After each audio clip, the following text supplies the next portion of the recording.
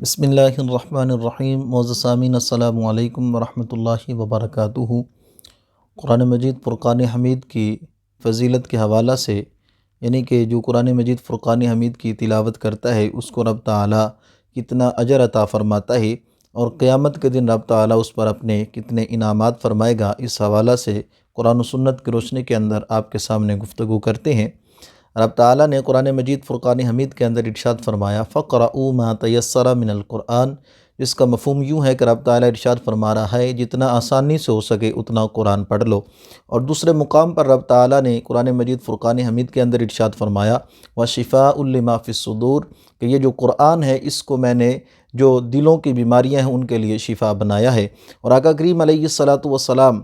آپ نے بھی قرآن مجید فرقان حمید اس کو پڑھنے کی ترغیب دی ہے، اور اس پر قیامت کے دن رب تعالیٰ جو اجر عطا فرمائے گا اس کو بیان فرمایا ہے۔ یہ روایت مسلم شریف کے اندر موجود ہے۔ حضرت ابو امامہ رضی اللہ تعالی عنہ آپ بیان فرماتے ہیں کہ میں نے رسول اللہ صلی اللہ علیہ وسلم آپ کو فرماتے ہوئے سنا، آپ نے ارشاد فرمایا کہ قرآن پڑھو، کیونکہ یہ قرآن قیامت والے دن اپنے پڑھنے والوں کے لیے شفاعت کرنے والا ہوگا۔ اور یہ روایت بھی مسلم شریف کے اندر موجود ہے۔ حضرت نواس بن سمعان رضی اللہ تعالی عنہ آپ بیان فرماتے ہیں کہ میں نے رسول اللہ صلی اللہ علیہ وسلم آپ کو ارشاد فرماتے ہوئے سنا، آپ نے ارشاد فرمایا کہ قیامت کے دن یہ قرآن اپنے پڑھنے والوں کے ساتھ آئے گا جو دنیا کے اندر اس کو پڑھ کر اس پر عمل کرتے تھے، تو فرمایا سب سے آگے سورہ بقرہ اور سورہ آل عمران ہوگی، اور ہر پڑھنے والے کے لیے رب تعالیٰ کی بارگاہ کے اندر یہ بحث کریں گی، یعنی اس کے لیے سفارش کریں گی۔ بخاری شریف کے اندر موجود ہے، حضرت عثمان بن عفان رضی اللہ تعالی عنہ آپ بیان فرماتے ہیں کہ رسول اللہ صلی اللہ علیہ وسلم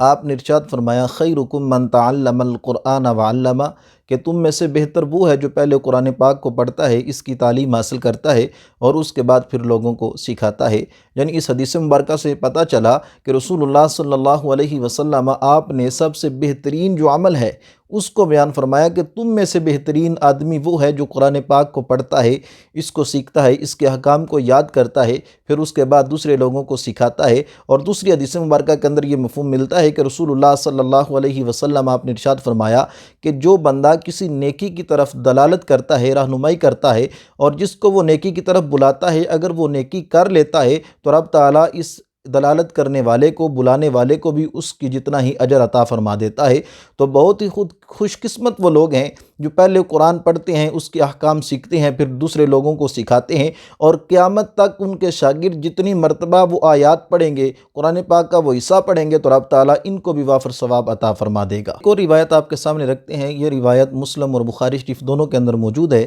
حضرت سیدہ پاک عائشہ صدیقہ رضی اللہ تعالیٰ عنہ آپ بیان فرماتی ہیں کہ رسول اللہ صلی اللہ علیہ وسلم آپ نے ارشاد فرمایا کہ جو بندہ قرآن پڑھے اور اس کو پڑھنے کے اندر ماہر ہو تو رب تعالیٰ اس کو مقرب عزت والے فرشتوں کے ساتھ فرما دے گا، اور جو بندہ قرآن پڑھے لیکن قرآن پڑھنے کے اندر بار بار اٹکے اور پڑھنا اس کے لیے مشکل ہو، لیکن اس کے باوجود وہ تلاوت کو جاری رکھتا ہے، تو رب تعالیٰ اس کو 2 گنا اجر عطا فرمائے گا۔ تو اس سے معلوم یہ ہوا کہ وہ احباب جو قرآن پاک کی تھوڑی تلاوت کر سکتے ہیں، یعنی کہ پڑھنے کے اندر اگرچہ ان کو مشکل آتی ہے، بار بار وہ ایک آیت کو پڑھتے ہیں، ایک حرف کو پڑھتے ہیں، تو اگر نیت صادق ہوگی تو رب تعالیٰ یقیناً ان کے تھوڑی سی قرات پر بھی ان کو رب تعالیٰ وافر 2 گنا اجر عطا فرمائے گا۔ ایک اور روایت آپ کے سامنے رکھتا ہوں، یہ روایت جامع ترمذی کے اندر موجود ہے۔ حضرت عبداللہ بن عباس رضی اللہ تعالی عنہما آپ بیان فرماتے ہیں کہ رسول اللہ صلی اللہ علیہ وسلم آپ نے ارشاد فرمایا کہ جس کے دل کے اندر قرآن میں سے کچھ نہ ہو اس کی مثال ایک ویران گھر کی سی ہے۔